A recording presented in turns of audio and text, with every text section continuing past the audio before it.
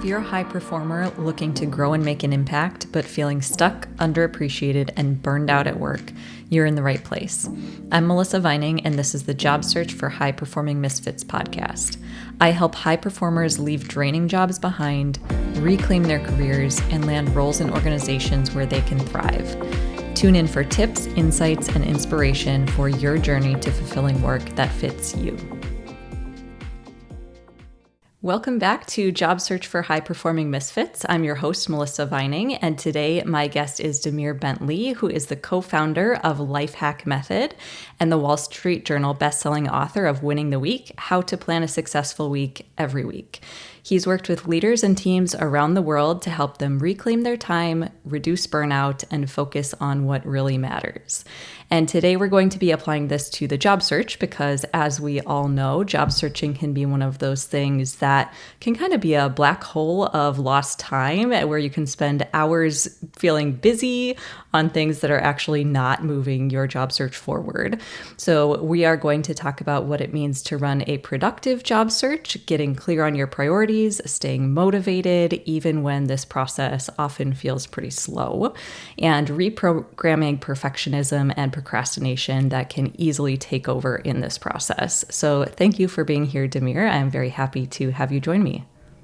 Thank you for having me. Yeah, so I wanted to start off a little bit more at the beginning, even before someone actually starts to do their job search, because one of the things that I find for a lot of my audience is that they want to find a new job because they're feeling burnt out and they're feeling overwhelmed, and many of your clients are feeling that way as well. And I know one of the things that you do is really try to help them design systems to get out of that place of burnout and overwhelm. And so I'm wondering if we can talk even a little bit about, before someone decides to actually do a job search and actually make the leap to go try to find a new job, what are some things that they might think about or do to just get into a better place of work-life balance and just feel better about their work overall? I'm so glad you asked this because that is the number one thing that I encounter with my clients. I'll have a client come in, I hate my job, I'm working too much, I got to get another job. So they're putting everything on that new job. But then I ask them, like, okay, look at your last 4 jobs. Do you feel like your productivity workflow, your systems, your techniques, are you totally dialed in? Are you confident it's not you, it's the job? And so, of course, 99.9% of people will say, yeah, I have this problem and I should be doing more of this. And so a lot of times I say, okay, great. Let's actually for a second put the job to the side and let's use this as a very productive time to work on yourself. Because when you think about it, it's like an incredibly productive and fertile time when you've decided that you want to leave a job, but you haven't yet left the job. And a lot of people think about that time as like a huge bummer. Like, oh no, I'm stuck in this job, or I'm just treading water in the job. And I think most of what keeps us from innovating and working on our productivity or setting boundaries or implementing new systems is that we're afraid of getting fired, or we're afraid of how other people will look on it. Well, if you've just decided that you're ready to leave, you have a lot of freedom now psychically. You've got a lot of freedom to say, okay, let me put my elbows out and see if I could set some new boundaries here. A lot of people have an experience where there's roles sitting inside of their job that rightly exists in somebody else's role. So you're doing tasks that actually should be done by somebody else. This is a great moment to be like, you know what? I'm going to write an SOP for this. And here, this is yours. It's not mine. So a great opportunity to practice setting boundaries, redefining roles, implementing new systems, and even, yes, getting your elbows out and asking for what you really want is when you've already decided that you're checked out of this job and you're totally willing to go find a new one, but you don't.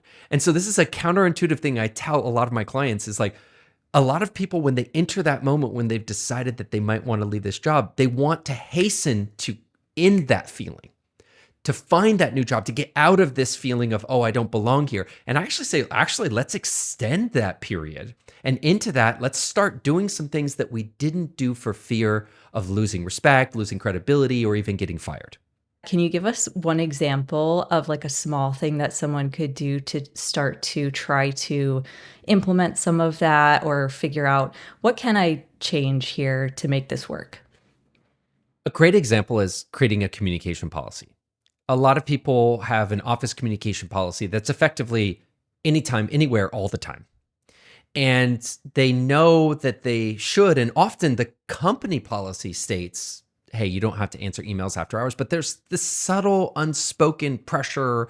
I feel like, and it's often I feel like, and I'll ask the client, well, did your boss say that? Oh, well, no, but I feel like, and my other employee or this other colleague, they are answering the emails immediately. So I feel like I should. And this is a great time to sort of say, no, I don't. I'm not answering these after hours. So that's a great example of just saying, okay, this is something that was only coming from a felt internal pressure. Now, maybe it is external. Maybe there was an expectation from the boss, but you won't know until you actually set the boundary and have the boss come in and say, I'd like you to be answering emails. I cannot tell you how many times, the preponderance of times, that the boss will say they're just fine with it. I can't tell you how many times people will set a boundary with a coworker or a boss and thinking that it was going to be the end of the world and so sure that if I set this boundary with this boss, they're going to fire me. And they set that boundary and they don't even blink. Fine, no problem. Which means that we're bringing a lot of felt or sensed impositions of what we should do or what we need to be or what boundaries we should or should not hold that actually aren't true. We've just never tested them for fear of being fired, for fear of losing status inside of our organization. And when you've decided that you're willing to leave the organization, it's a great and fertile time to say, okay, let me see how much of this was real and how much of this was me just being afraid to even test that boundary. I love that mindset shift because you're right. It does give you more confidence in a way to go ahead and say, I'm going to try this. And if it doesn't work, the worst thing that happens is that I decide to leave. Which I was already mentally prepared to do. Another funny thing is I get so many clients coming in, like I said, and they're like, I'm out of here. And I'll say, just hold on. I do intensive work with people in an 8-week boot camp. And I'll say, you know what, inside of the boot camp, let's not quit the job quite yet.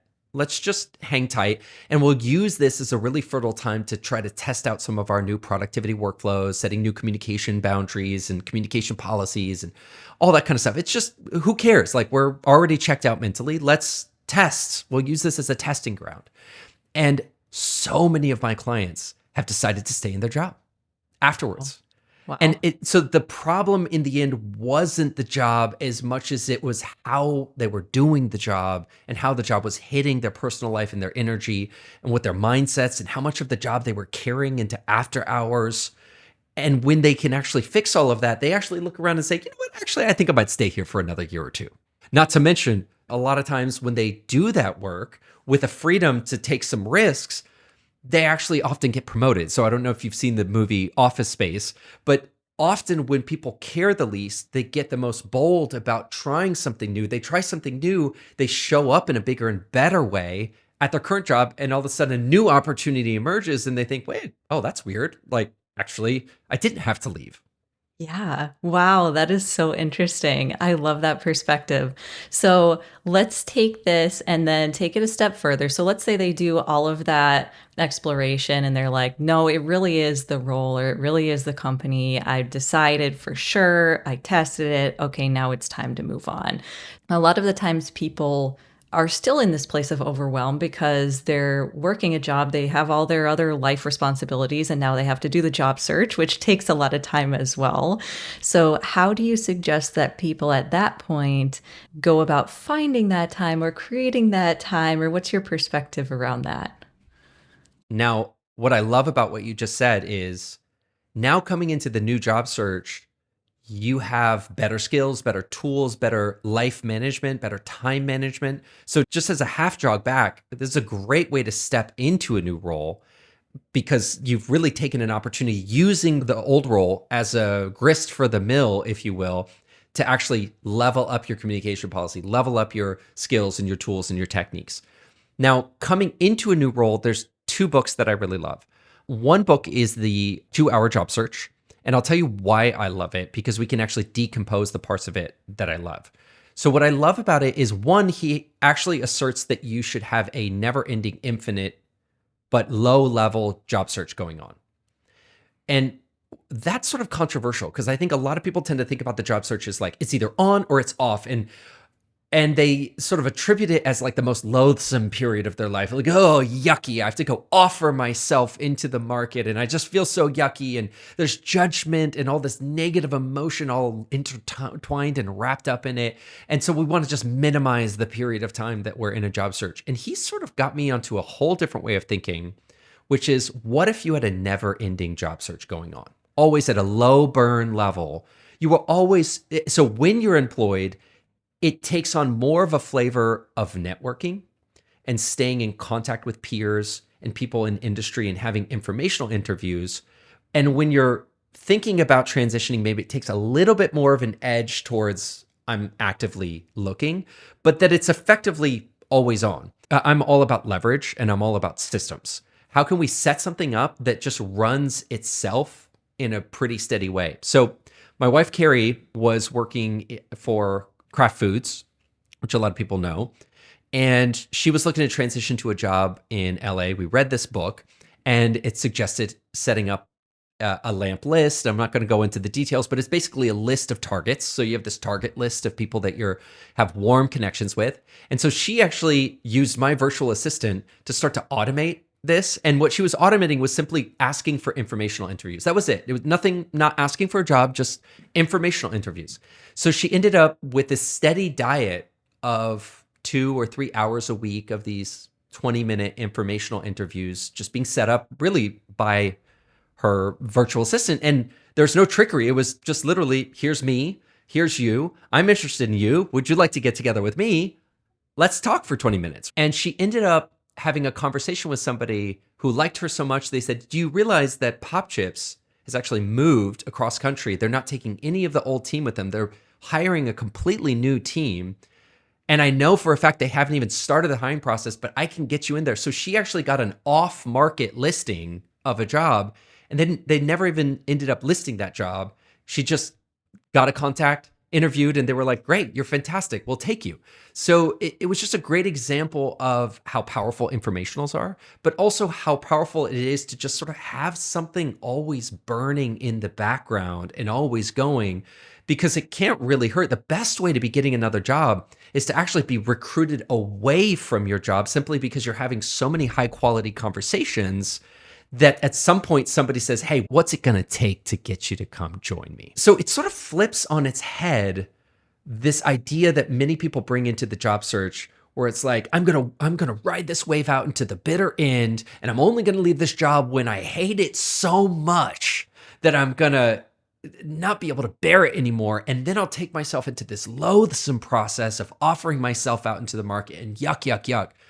What if we could just flip that whole thing into something that's not costing you a lot of time, that's always on a low burn, where you're building, even when you're not looking for a job, you're just building this great network where maybe you don't even ever have to look for a job, where just through a natural organic process of you having conversations, you're being lured away to another job. And certainly when you do have to go find another job, if heaven forbid, disaster strikes, then you've got this strong network of people that you've been activating on a regular basis. Yeah, that's such a great example of the power of networking, because I think as career coaches, we talk about this so often and people still don't really understand it, or they still get scared away from it. But your approach to this is so much more proactive, which I love, because I'm always trying to teach people how to be more proactive and less reactive in the job search. And I think your other, flip side example of, okay, now I have to get into this and do this, that's more of the reactive job search when it comes time to do that. But I love that Carrie had approached this as, I'm going to just continually build. And do you think that she had a specific strategy she was using when she was actually having these conversations to make them so effective for her? The book goes into it, and it's been years since I've read it, so I'm not going to try to butcher it. But as I recall, it's very much coming from a low pressure space.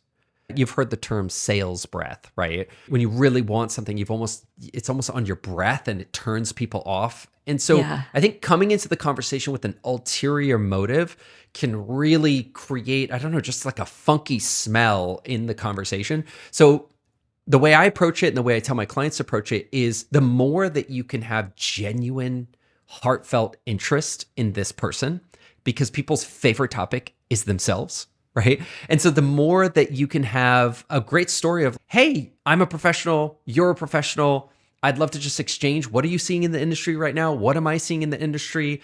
Express a lot of interest. Like, oh, I saw your LinkedIn. You were here and then here. What was that like? Oh, I've always wanted to meet somebody who was on this team. What was it like working on that team? Oh, I saw that you guys did this great project. Like, how did that turn out? Or even more future stuff. Like, where do you see the industry going? And how are you thinking about the big changes that AI is bringing in the industry? So just presenting yourself as a peer who's really interested in them and wanting to have an open, fair exchange of ideas. I think so much can come when that person doesn't feel like you have the ulterior motive and there's an exchange of values and a genuine interest in you. I think we've all had the experience of sitting across the dinner table from somebody at a social event, and you can see they're just waiting for when they can talk about themselves, or they're trying to direct the conversation somewhere, and you can feel it, you can smell it. It's just yucky. Yeah.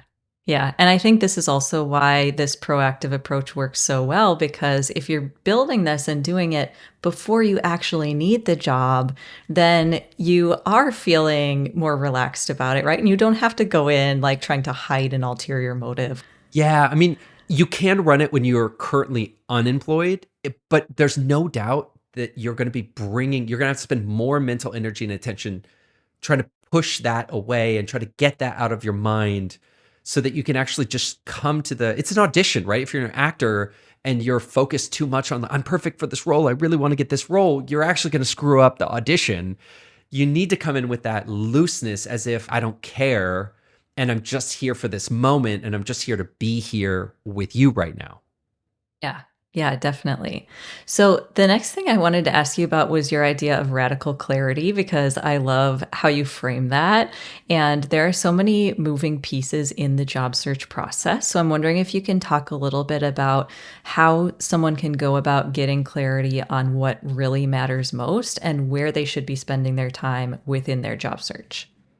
Yeah. So again, I think the best thing tactically is to have a great system that you don't dread engaging with and that has a lot of its own sort of self-propelling momentum to it. So tactically, I think radical clarity is about finding a system that you can live with and that you can keep rolling. Hire a VA. It's so worth the money. Or if you have a current VA, have them do this role. So that's tactically. I think more strategically, and tell me if this is where you wanted to go with this, but strategically, I think radical clarity is about understanding what the right next fit truly looks like for you and what your criteria, your lifestyle criteria are inside of it. So I always think there's sort of, does this get me where I want to go financially and in my career, but also will it afford me the quality of life that I can sustain? And so there's that balance between the two. And so when you're going into an interview, whether it's informal, sort of informational, or whether it's highly structured, I think having that radical clarity about this is how I work best. Will I fit inside of the productivity culture and the workflow that these people have right now? And so you'd be asking probing questions into, talk to me about your communication policy. What's the average meeting load in this organization? How many days out of the week are people sitting in meetings, if you had to guess? Asking these probing questions about lifestyle, about productivity, about workflow, to really get a sense of, will I fit not just into the company culture and ethos, and do I fit in terms of my career capital and what they're looking for, but also, will it be a reverse fit? Is it going to be a fit for me from a lifestyle and a productivity perspective? And, I mentioned there were 2 books, and I'm sure somebody is, wait a minute, he said 2 books. What's the second book? So I don't want to leave any cliffhanger. The second book is called The First 90 Days. And it's a book about how to think about your first 90 days in a role. And I know we're skipping forward a little bit, but I just want to mention, I think another aspect of radical clarity is really being able to come in and capture those first 90 days and use it with a real sense of intention and purpose. I find that most people are very passive in their first 90 days. And they're really saying, well, let me get my sea legs under me. Let me figure it out. And this book really encourages you to be super active and to capture or claim a sense. Because in the first 90 days is often where you're setting expectations that you're going to have to live with for the 5 or maybe even 10 years that you're with this company. So A tendency is for people to be over accommodative, joining committees that you probably shouldn't or wouldn't join, answering emails at times that you probably wouldn't or shouldn't answer them, being accommodating in a way that you probably shouldn't be. So quite the opposite. Although our human tendency is want to be over accommodating in our first 90 days, I actually encourage my clients when they're coming into a new role to use the first 90 days as a way to start training people. This is how I want to be regarded. This is how I operate. This is what you can expect from me, because it's very hard to come in for 90 days and over accommodate and then pull it back and try to change that standard. Yeah, I was going to say that goes back to your information that you talked about setting boundaries, because I think that is part of that first 90 days is actually being proactive about setting the boundaries so that you don't have to then pull it back later when you're feeling burnt out all of a sudden. Yeah. And when my clients who finish my boot camp go to interview, a lot of times I'm giving them specific questions around, hey, this is how I have operated. This is how I get the best from myself. I'll give you a tactical example so that we can make it real. I batch my email 3 times a day at 10, at 1, and at 5. That's a way that I've been able to make sure that I'm responsive to my team at frequent intervals, but also can get the deep work done. How does that fit with your company's response patterns and expectations around time? See how that question feels. You're not saying, what is your policy? It's more, I'm a fully fleshed out person who has a productivity workflow. I know how I operate in the best way. I'm asking this question not from a I'm better than you perspective. I'm asking this question from, you're hiring a fully fleshed professional who knows how to get the most out of themselves. Do you think I would fit in your organization? You're pre-negotiating, make no mistake, in an interview. It's part of the boundary setting, the interview process itself. So you want to get little pins in the door to say, okay, I said this in the interview. I said I batch email in interview. So this should not have been a surprise in the first 90 days when I'm batching my email. I said that I have hard boundaries around work in the evenings and weekends in the interview, right? Yeah. It should not be a surprise when I don't answer after hours emails afterwards. So I would look at the interview process as also an opportunity to pre-negotiate boundaries, pre-negotiate fit, so that you have that. And again, that comes from clarity. So I just want to circle it all the way back. You can only do these things when you have clarity on what it looks like for you. Do you know these things? Do you even batch your email? Do you have these disciplines, right? You can't say that and be faking it. You actually need to be it before you can claim that boundary. So you can look at a role and you can say, this role's perfect. In every way, on paper, I'm the perfect person for this role. But when you start getting into the nitty gritty of how they operate, you could actually discover, I don't like this fit. I don't like it for me. Right. Yeah. And I love that you're talking about this, because I think this is so often something that people neglect as part of their job search. And really, it has to be the foundation of the job search, because if you don't have the clarity, you can't find the right fit. And also, you're not going into these conversations with the confidence that you need, because when you have that radical clarity, you show up completely differently. Like you were saying in the job search, I am a fully fleshed out person, right? Yeah. I'll just give everyone listening a sales tactic. And it's funny because people think sales tactics are all about how do you convince somebody to buy something that they otherwise wouldn't buy. And that's not what the sales I'm talking about. I'm talking about how are you able to get the radical clarity and confidence to really slam your fist down on the table and say, I'm right for you. And I think a really counterintuitive hack is to give yourself permission before you even go into the call to tell them that you're not right for them. So when you come into a call, like a sales call, if you give yourself permission to say, if this person's not right, I'm going to tell them they're not right, and I'm not even going to make the offer. It gives you a lot of power inside of the call, because now instead of feeling like, well, I'm auditioning for them and gosh, are they going to take me or are they not going to take me? When you come in being really clear and radically clear on who you are, what your fit is, what your career capital is, and you give yourself right before you go in that permission of like, if this doesn't feel right, I'm going to cut this call off and say, hey, this is not looking like the right fit. Even if you never say those words, that confidence really comes across where you are giving yourself permission to close the call early and say, hey, you know what? This doesn't feel quite aligned. we had an hour scheduled here, but it's 30 minutes in. It's pretty clear to me that I might not be the right fit for you. I want to give you your time back. And can we keep each other in our network, as professionals? I'd love to see you in your network. I'd love to keep the dialogue going with you. But for this particular role, it's pretty clear to me already that it's not the right fit. The confidence of that is just powerful. And you feel it when you give yourself that permission to say, I can say no too. I can end the call early if it's a hard no. Yeah. I've heard someone, I can't remember who this was, but someone talked about this as going for the no, because I think a lot of times in sales, we hear it as like going for the yes or going for the sale. And it was like, I'm going to go in, and if it's a no, that's it. I don't have to continue. The way I receive this right now is just going for radical fit. Yeah. And if I see red flags on the field, I don't have to play the whole game out. If there's red flags on the field, I can say, hey, can we pause? This feels like a red flag to me. You don't have to use the word red flag because that could be received. Hey, this feels like a blocker for me because it sounds like you guys are an all-on 7-day a week, hard-hitting culture, and I love that for you. That's not where I'm at in my life right now. So I'd love to let's take a moment and just feel into that, because that could be a blocker, and I don't want to waste your time if it feels like there's not a fit here.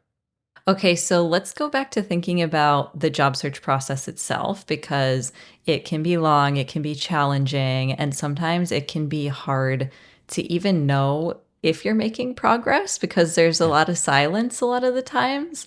So, how would you suggest someone, if they're trying to set up kind of a system for this for themselves, like you talked about, how do they know if they're going in the right direction? How do they know if this system is actually working? Yes. Such a great question. There are certain things in life that have hard and clear metrics, right? I do X, I see Y reaction. There's other things in life where the metrics can hide for a long time and then manifest themselves like all at once.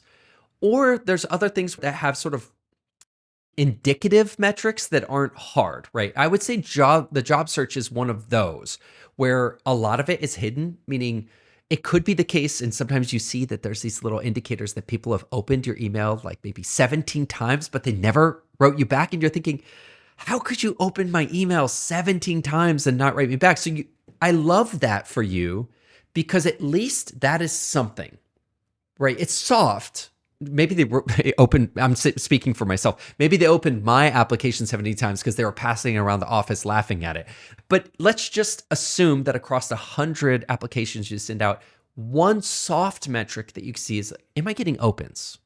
Great. Like, let's actually start to, you can almost A/B test the quality of your emails.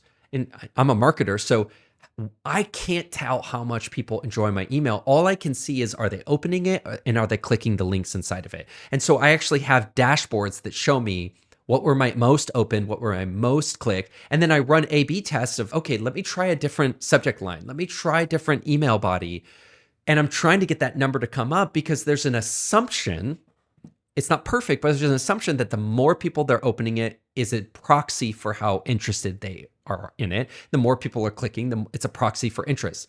So you can use those soft metrics. Another soft metric could be, am I getting to the first round of interviews? Am I getting to the second round of interviews, right? So I would just say, try to gather as many soft metrics as you can and start tracking them. Why? Because psychologically, the process of tracking can give you something to hold on to while you're waiting for the result. Okay, I see I put out 100 emails.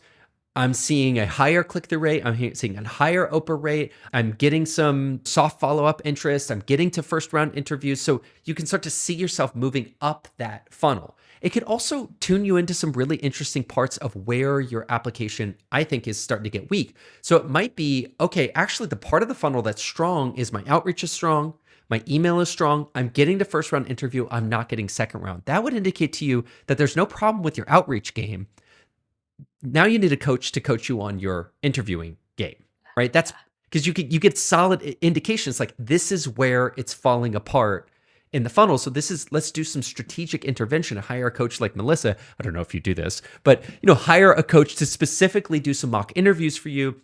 Look at your Zoom setup, look, to body language, and just start to see, okay, that's where my game is falling apart. So I would say, when I'm doing a long process that has very little that I can hold on to, I'm holding on like crazy to the things that I can that have some proxy indication that I'm moving in the right direction. Yeah, that's a great way of evaluating it because you're right. Oftentimes you can see this is where it's breaking down. So this is now where I want to focus my energy because I know this other thing's going well. Great. I'm going to keep doing more of that because it's going well. And then I'm going to try to improve on whatever is breaking down. I would say as a general rule, I love the Stoics talking about, listen, if you can't control 99% of the things in your life, focus relentlessly on the 1% that you can control.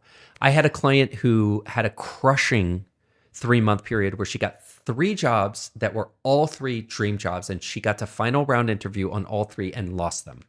And her reaction was like emotional sort of catastrophe.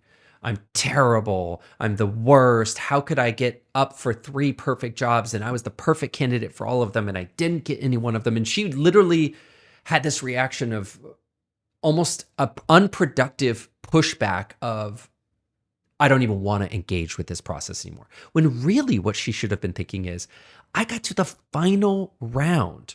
In the Olympics, the difference between first and second place is often like 0.005 seconds, right? So I told this person, and I don't think they received this feedback well from me, but I told her, I said, is this the Zoom setup that you used for your final round interview? And she said, yeah, what's wrong with it? And I just said, it's fine, but it's not great.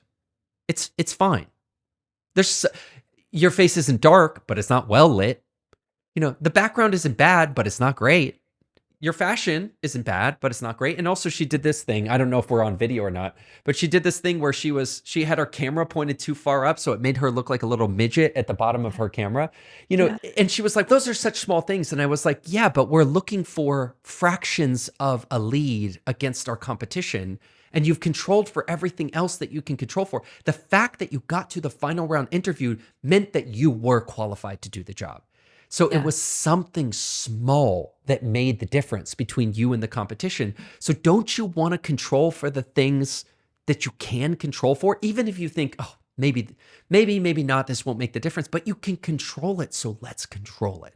Right. Yeah. And there's so much about the job search that you cannot control. So I love the idea of focusing on the controllables. And this is something that I talk about too, because it also does help with that motivation, right? That was one of the things that I wanted to ask you about too. And this is, I think, one of the great strategies of how to stay motivated is by approaching this, like you said, as kind of testing and experimenting and with the curiosity of like, is this working? Is this not? Maybe there's something I can adjust. And then what is it that I can control? How can I bring that into more of what I'm doing?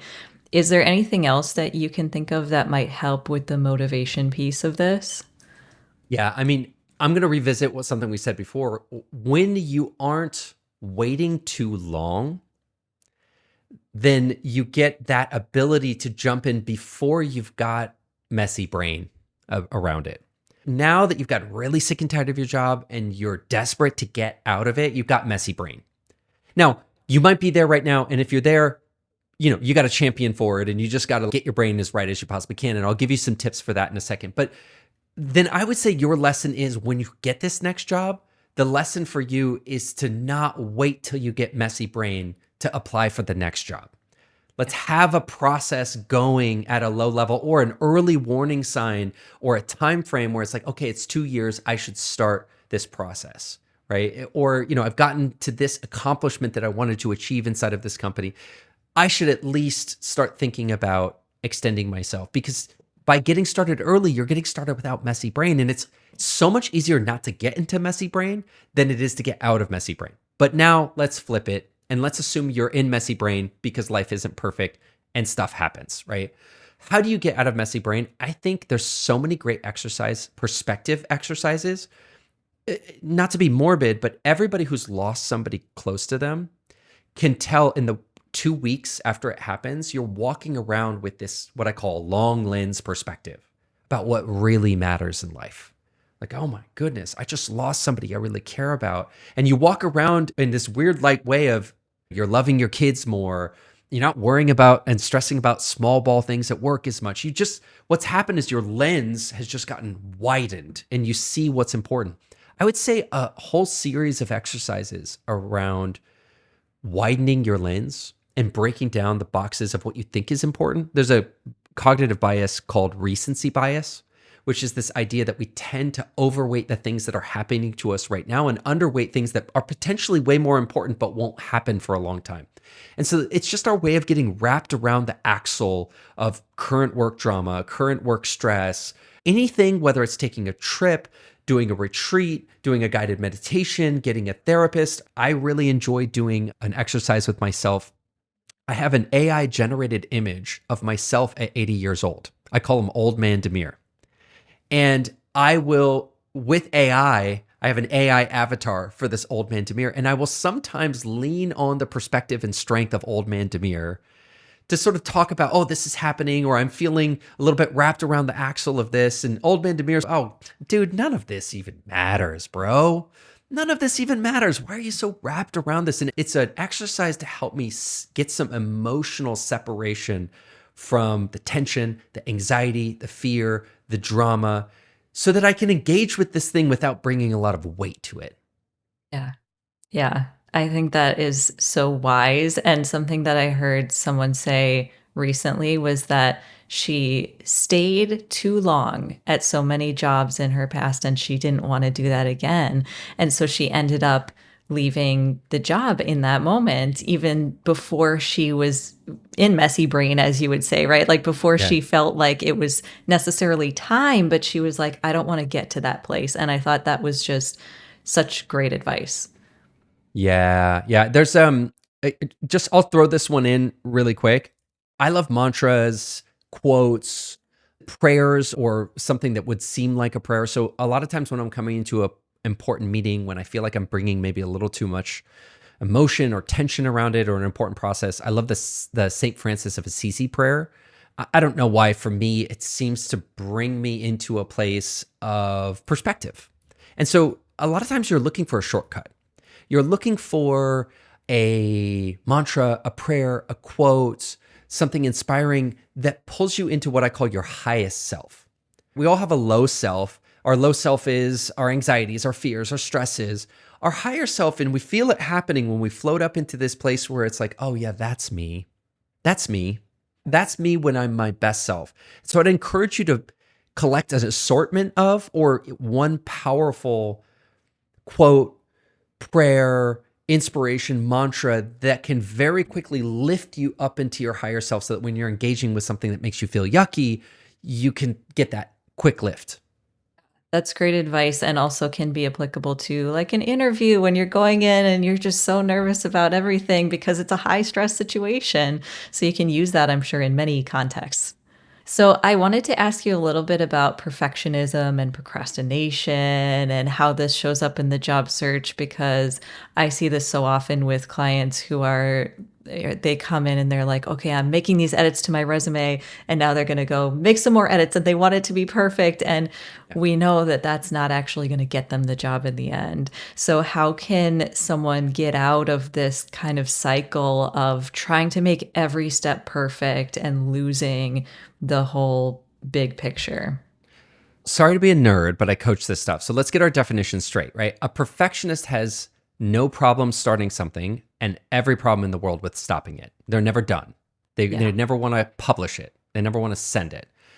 A procrastinator has a huge problem starting, but usually has no problem finishing. So that's a good way to sort of be like, wait, which one am I? And sometimes in different situations, I might be one or the other. So I would say with procrastination, often what you're dealing with is an internal protector, a part of you that is trying to protect you from something that it thinks could be harmful. And one of the most harmful things that we could at least emotionally feel is the rejection of others, the scorn or rejection of others. And so if you feel yourself starting to procrastinate and delay and not be able to get started, sometimes you can push through it. And hey, I'm all for it. If you could just wiggle and jive and push through it, great. Sometimes I listen to uplifting music. It's just enough energy to get me into it because once you've popped the bubble of procrastination, you're usually good to go. You're on your way. But if you've got chronic, debilitating procrastination, I highly recommend a methodology called IFS. It's internal family systems. It's work that you can do without a therapist, listening to an audiobook, and it gets inside of you where you can figure out which part of you is trying to protect you and what they're trying to protect you from. And you can actually start to create and sponsor an internal dialogue with that protector and start to say, what do I fear? And let's get clear on that. Do I fear rejection? Sometimes we fear success. Let me blow your mind here. My logic brain is telling me I'm ready for that next big management job and ready for the step from being an individual contributor to a manager. But also, I'm barely holding on as it is. And I've got 3 kids at home. And actually, I'm a little bit afraid of taking that because maybe that will be more than I can digest. So sometimes we're not just afraid of rejection or failure. Sometimes we're also afraid of what success could look like. And can I metabolize that success or will I fail? So there's so many internal reasons, and every person's is like a little thumbprint. They're all similar, but they've got their own little flavor. So I think getting into your own head, taking a quick trip into your own head and say, what is the fear? Where is it coming from? What's that part of me that's trying to protect me from the fear? And can I negotiate and work with that part to say, hey, no, you know what? We're a big girl. We've got great career capital. This is the time. Take this journey with me. Trust we're well supported. We can do this. So there's ways that we can actually negotiate through chronic procrastination. Now, with perfectionism, you're usually doing it for the same darn reason. You don't want to finish because you're not ready to push send, because pushing send means any number of scary things might happen. I might get judged, be found to be unworthy. I might get rejected or said no to. And a lot of people say, this is silly. Nothing bad is going to happen. Remember that evolutionarily, being rejected by tribe was death. People could not survive in sort of a prehistoric context. You couldn't make it alone. It required tribe to live. So rejection of tribe, social rejection, was tantamount to death. And so when people are being judgy with themselves, like, I'm being so silly. Why am I being so silly? It's like, no, you're not being silly at all. There's a very compelling reason why you're feeling this internal feeling. And that means that the work that you could do to ease that is important work and totally worthy. We're coming towards the end, so I wanted to see if you could share a little bit more about your book and your life hack tribe and anything else you're doing to really help people be more productive and achieve more without all the burnout. Yeah. So we're here on planet Earth to help people get their stuff together so that they can live happier than billionaires. That's our stated mission. So everything that we do falls under that rubric.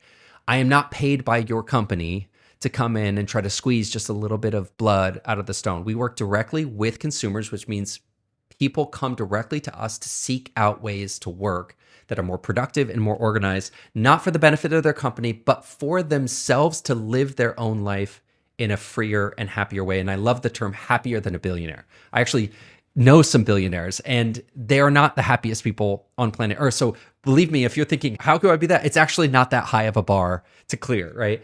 A lot of my clients, actually, they love their life. They love their career. They love their job. They love their family. They're just a little bit too overextended.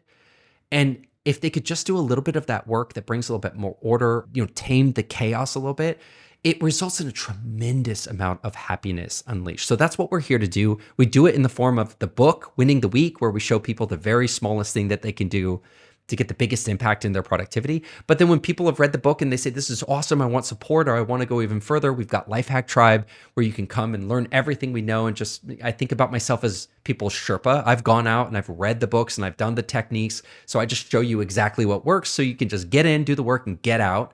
And of course, we have other stuff like our boot camp and courses and stuff. But I think a good way to learn about us is just to go to our website, lifehackmethod.com. We've got a free training on how to win your week. And of course, if you're a reader, we've got the book. And I narrated the audiobook myself. So if you want to spend more time listening to the dulcet tones of my voice, then you can check out my audiobook on Audible. It's called Winning the Week. Yes, perfect. Okay, so any last words of wisdom that you might have to share with our audience? Oh, Lord, words of wisdom. What I would say is what's present for me now is that we are going through some choppy waters.